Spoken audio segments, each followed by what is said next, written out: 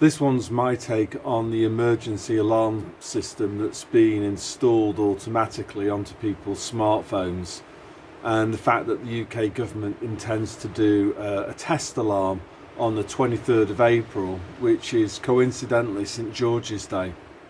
So I'm going to cover two things. Why are they doing it? What do they want to achieve by doing this thing? And then secondly, what are we going to do in response to it? So why are they doing it?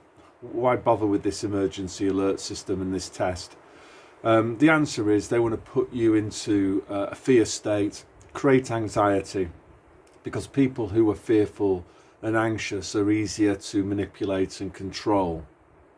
So they want you or people to start speculating about what the government might possibly want to alert us to, the terrible things that could happen, to start worrying about their ifs and buts. So yeah, they want you waiting for something bad to happen. They want to try to get you to think negatively about the future. And as I say, that's their stock in trade. I guess the good news immediately is they're running out of fear tactics. For them to have to conjure up something like this shows to me that obviously Divot 91 failed, created fear in the short run, but in the medium and long term it quickly died off within, 18 months. The third and fourth Rooster Booster take-up told you that the fear had dissipated. And, obviously there's the Slava Ukraine thing. I don't think people are taking that seriously. And again, by doing it, all they've achieved is they've just woken up some more people about the nonsense. And then there was all the fear stuff about, well, we'll have to cut off your electricity in the winter time. Never happened. So this is just another tactic that they've got because the other ones haven't been working. So what they want is for you to engage with their emergency alert system. They want you to allow it on your phone. They've installed it. They don't want you to uninstall it.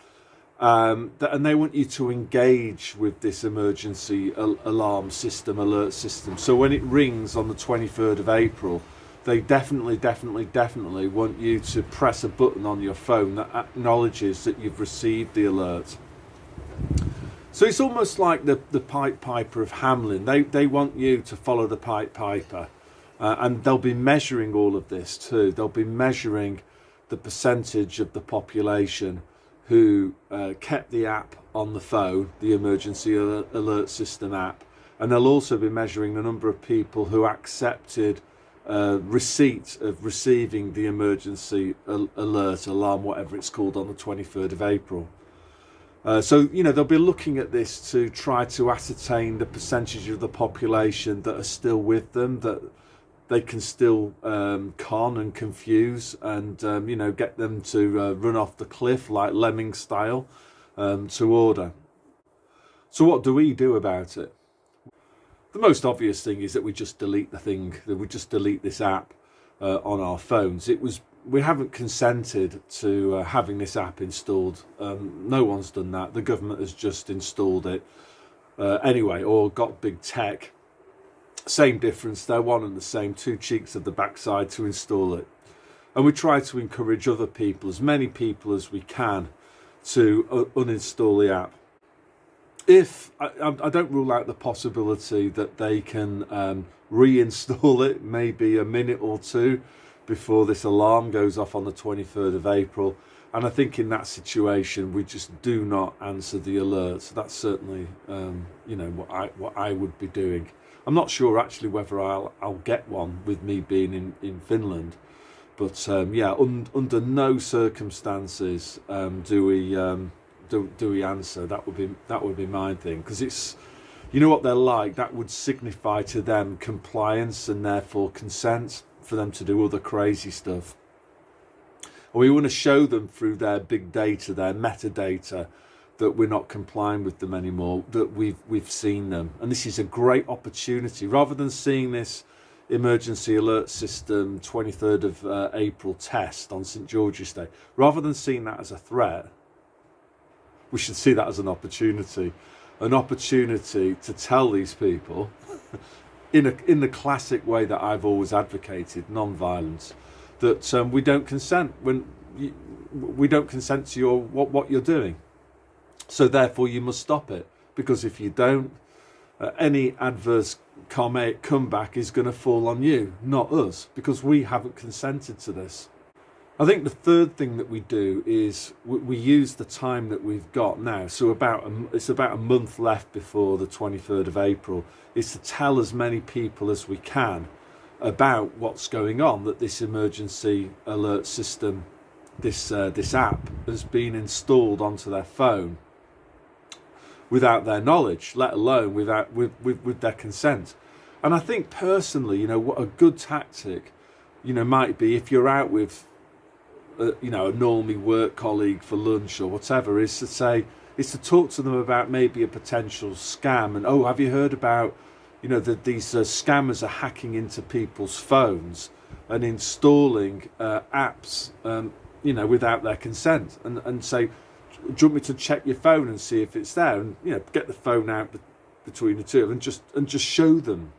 Because if you just tell them without showing them the phone, they'll just, you'll get this programmed response again of conspiracy theorists. So if you actually get the phone out and go to the settings, and then find this emergency alert system app on the phone, it's there, and there's no argument. It's not a conspiracy theory, it's a fact. It's actually been installed on your phone.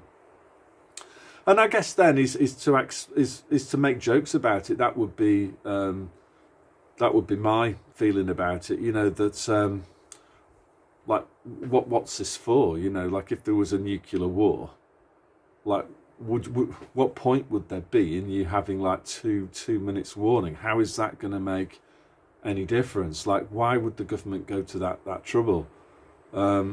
So and then you can say to them something like, you can always trust the government, can't you? It's not like governments in recent times have ever gone out of their way to fabricate lies and try to exaggerate a situation, to deliberately create fear, to manipulate people into doing something they otherwise wouldn't do. The nudge unit, for example. What happened during the divot?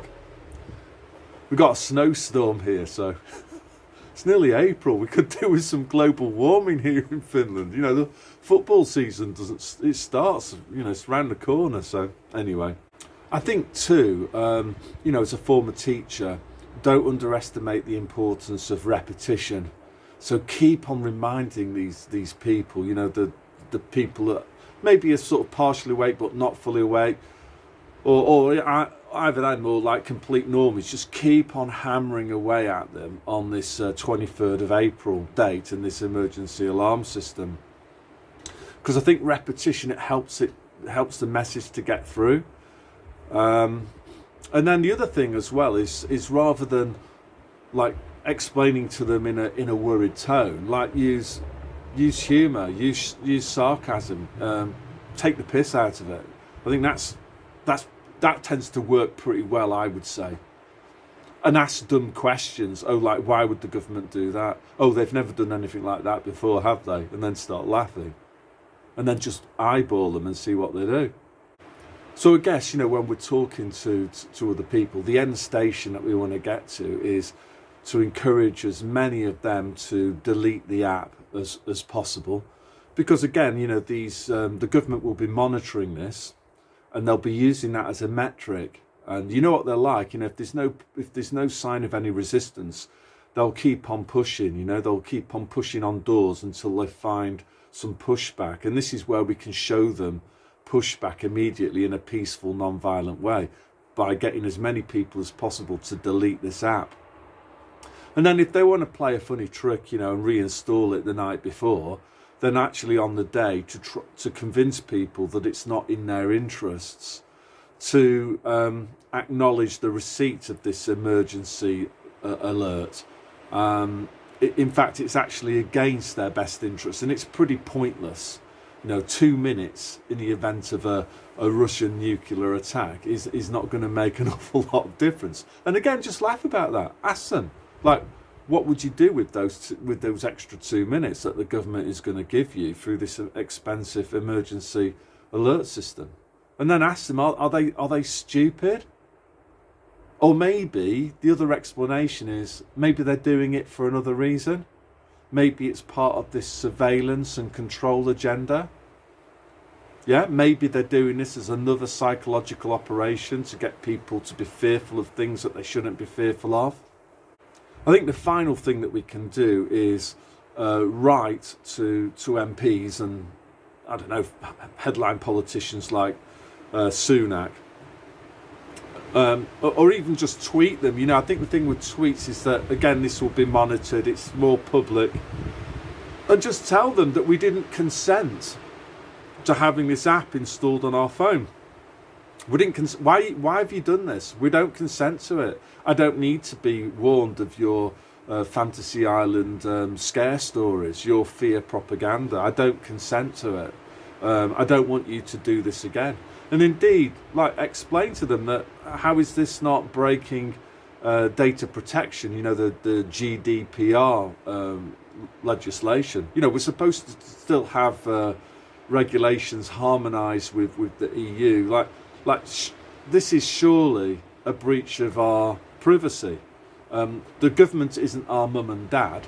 I've not asked Rishi Sunak to warn me about anything, and I don't really rate Rishi Sunak.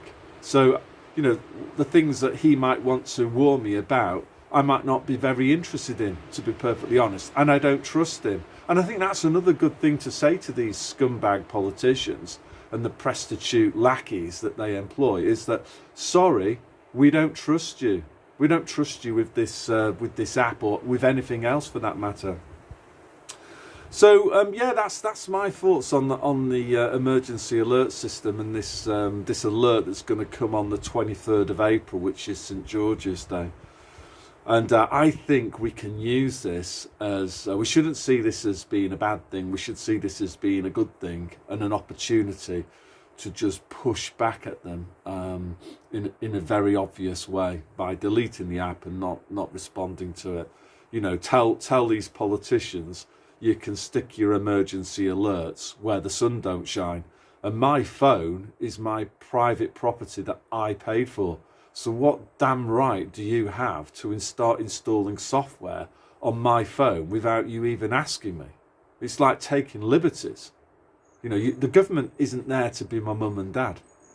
Anyway, those are the things that I might be putting out in small bite-sized social media on things like Twitter. And yeah, encouraging other people to do the same. So that's all that I want to say today. So God bless.